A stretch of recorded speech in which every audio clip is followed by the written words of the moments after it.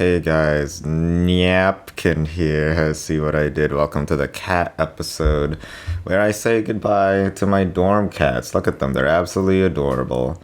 I haven't named them yet, and I'm gonna ask that later on. What should I name them? It's been 2 years or three or whatever, and I just hang out with them, but I don't know what to call them. I like this one because it's looks like Garfield, but I don't want to call it Garfield. Anywho, who cares? So when I came into this dorm, actually, hold on. Before that, I just realized that when I'm going away, I'm gonna leave this dorm pretty soon, and I just realized the only two things that I'm saying goodbye to is like arcades and my cats, and it's like I'm sure that they aren't guaranteed to exist where I'm going to go. I know arcades won't be a big thing over there, but I don't know about cats. It's just that Surabaya specifically has a really big cat population. I don't see that in any other city, and I'm so grateful. I love, they're so cool. Man, I just remember sitting down, have some lunch in my table. They just come up to me, and you get free cats. They all want your food, and it is kind of annoying. But I had this clip. I really want to find it again. That was just really up on me, really fuzzy. I asked my cat expert. He said, "Hey, what does this cat want? It wants you. It wants your attention." And I'm like, "Damn, cats. These I haven't really been a pet guy for my entire childhood. Never wanted a dog or whatever. But I've always thought of myself as more of a cat person if I ever had one. And now that I visited the city of cats, uh, 2019, which is also a movie I love, but that has nothing to do with anything. I'm loving just this unconditional love that pets have, and I'm starting to become a furry, which I'll also get into later. A lot of things in this episode. I'm drinking coffee even though it's 1 a.m. Maybe that's why I'm so energetic. Let me pause it for a second. So yeah, when I first came into my dorm 2 years ago, having cats, super pleasant surprise. I really had a close connection with them because I really struggled with loneliness and not having friends. And cats, they give unconditional love and they just come up to you and do cute shit, bro. So I kind of started projecting a lot of feelings onto them, and it's not necessarily a healthy relationship, but I didn't get so obsessed or anything, or became a furry. It's just I really thought and cared about them and what they wanted because I didn't have any of that with a real relationship with a real human being. Nowadays, that is different. I don't really hang out with the cats anymore. They are a nice addition, and I really tried to differentiate myself between the other dorm people here by actually caring about them and thinking of them as more than just cats. Like, cute things to rub is what I mean, which is what they think of them as and are way too forceful. But I'm actually like quiet and try to respect them or something. It was stupid. And nowadays I don't do that, but whatever. So, I always thought these cats were lonely, and that's the reason why I thought that's why they're trying to be friendly to humans. They're lonely themselves, which is stupid because cats, I don't know why they are friendly to humans. I assume it's not because of an innate sense of loneliness. I think at this point it's because they're hungry and we have this mutually beneficial relationship where they get fed and we pet them. But back when I did think they were just, lonely creatures and I could spend time with them, I wrote sort of like a diary thing.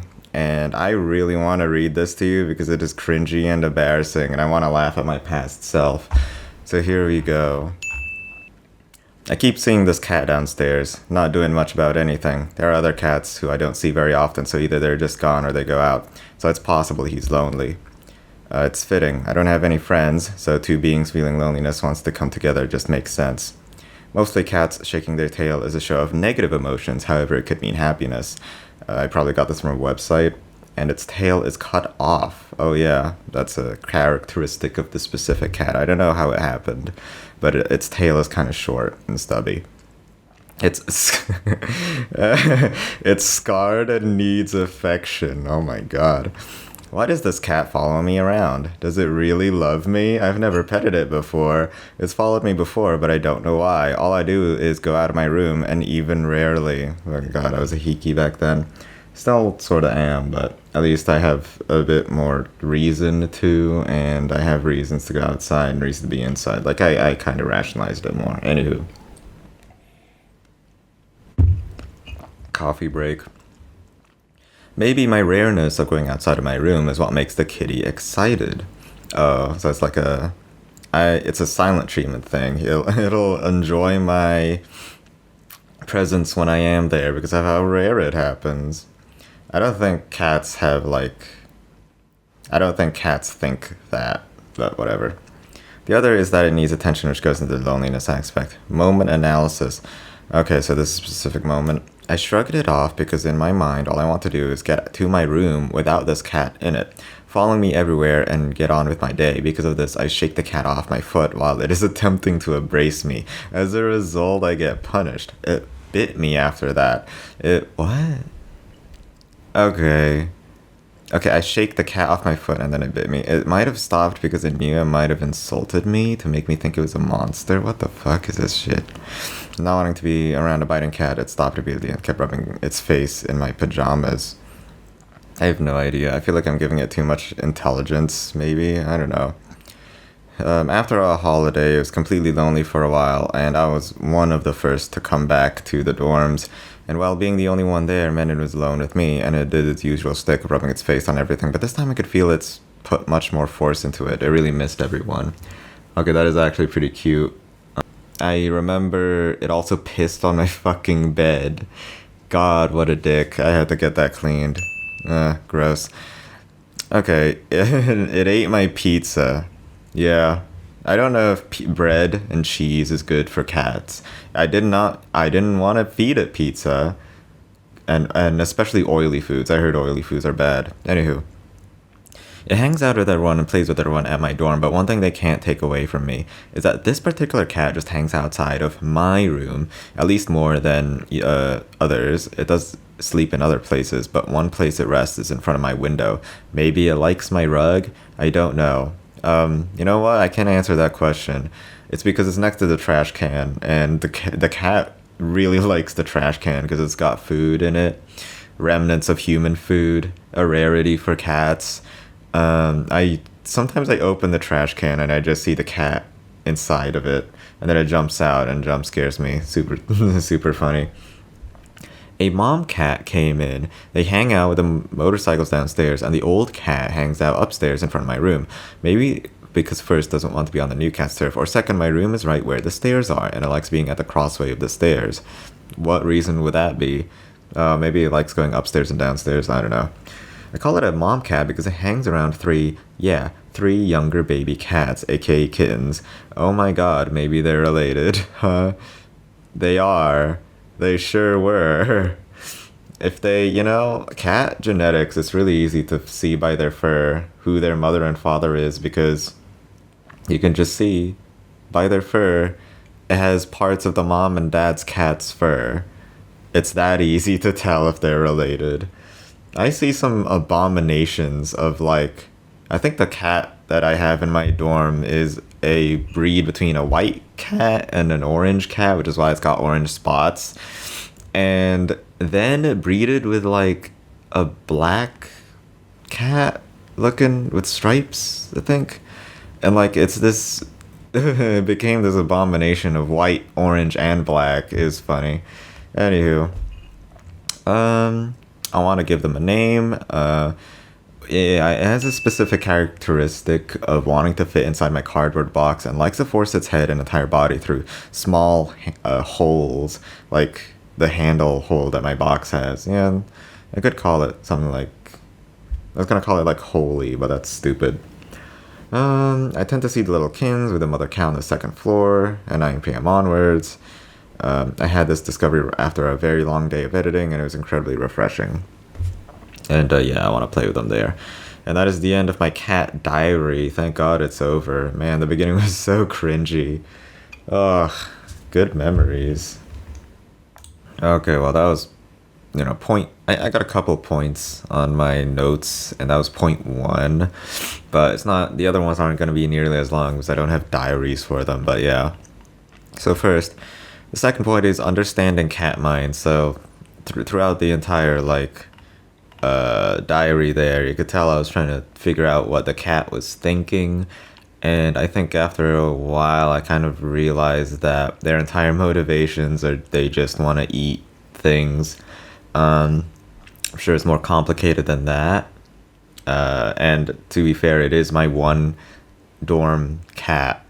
And I, once the second cat came in, there's two cats. The mother cat, that's the white and orange fur that I said. A new cat came in and just started living here. I don't know why or how. The orange Garfield cat. They both have different personalities, and I didn't realize that cats could have different personalities. So that kind of blew my mind, and it started making me think about cats differently. But they are, some of them are a lot more direct and serious and want things and are sharp, which is the mom cat. And some are just they like meowing to get your attention and are slower and more chill, like the Garfield cat. And man, that's just cool. I wonder if it's a nature versus nurture thing. I don't know how their personalities came to be different, but that's interesting. And I don't know, am I a psychopath? I'm always super interested in the thought processes of other beings that aren't myself. And, I always try to guess what other people are thinking or what they're gonna say next. Because that kind of, I don't know, it kind of expedites the process, but also I'm just generally interested in other people's thought processes. And it's sort of partially a sense of empathy, I suppose. I try to empathize with other people, and it's kind of why I sort of I sometimes try to do this with human children, and they're just out and about, supermarkets, sometimes even babies, to get them to stop crying. And it's I hate babies. I would hate to actually raise a baby, but I would love to not have the responsibility of having a baby, but guessing what the baby's actions will do or what they want. So that's why I thought, yeah, why not become a child psychologist or whatever. Fuck it. But yeah, cats, I try to read cat minds. It's a fun activity. So yeah, I pretty much said their entire motivations are just eating. And you can see in this clip that I'm about to show now, if I'm not stupid. Actually, you know what? I am stupid. It's gonna bite my damn finger. And I'm like, why are these cats so hungry all the time? Do they not get fed enough? Or is that just genuinely part of their personality? Or is that just the thing cats do? I don't know. This is true for anyone in this dorm. Whenever anyone goes outside, especially if they have a bag in their hand, the cats kind of just realize that, oh, human has food, I'm gonna follow him and rub his leg. That's happens so often that I can tell it wants the food in my bag. No, you're not gonna get it. I always feel bad because I'm not gonna give this food to my cat. To the cat, I bought it with my own money. I'm gonna bloody well eat it. And I'm not even gonna leave any remnants for it either, because this cat doesn't owe me or promise me anything, there's not much reason to, but I still feel bad because it always follows me and is adorable. Sometimes I am nice enough to do that, but also on special days, very special days, I think about buying cat paste or I don't know, just the cat food that I find in the convenience store. It's usually pretty cheap. It doesn't really have a feeding. Oh, I know it does have a feeding bowl, but whatever. I just put it on the floor. It's usually in the form of just liquid slop, and the cats eat it up. They love it. Good for them. But yeah, they're always hungry. I guess I should Google that. Okay, becoming a furry. Oh, this is another cringe part. So yeah, I feel like all humans.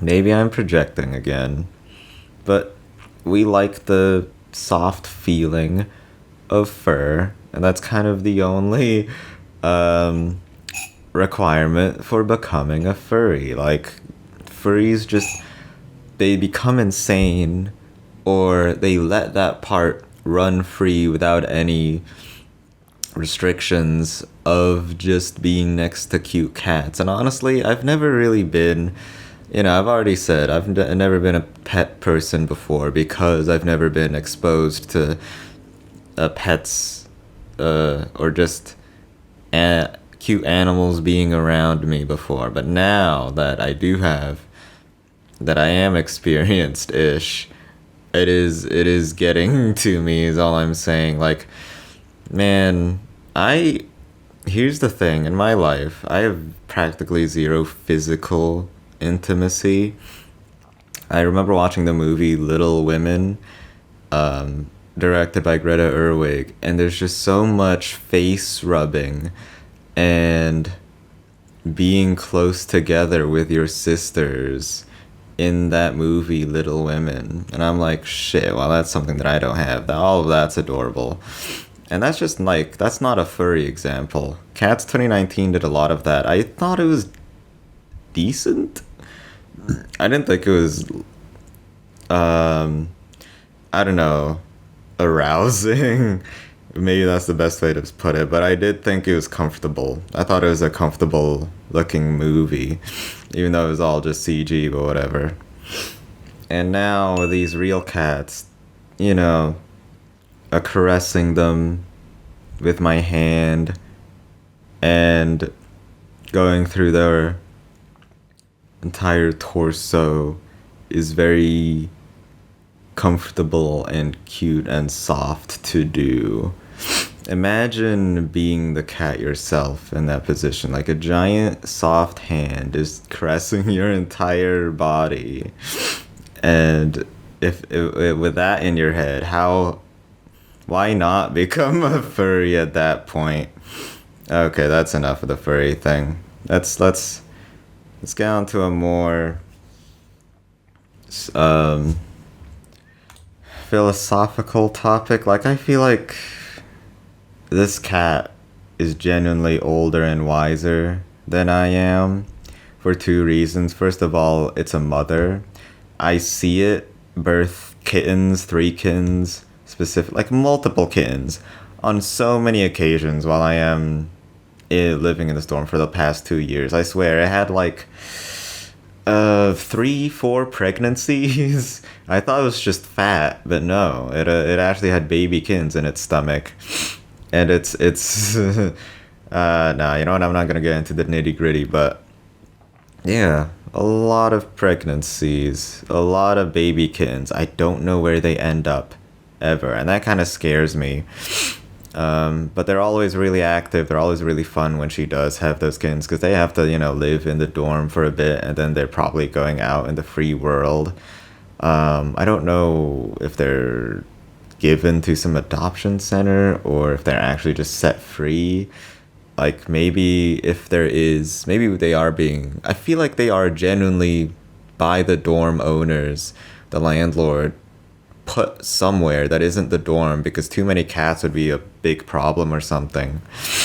I don't know where they go and I'm scared for them. But the mother cat stays, and the point that I'm trying to get at, it's experienced. It's more experienced in life, more than I am, by being a mother.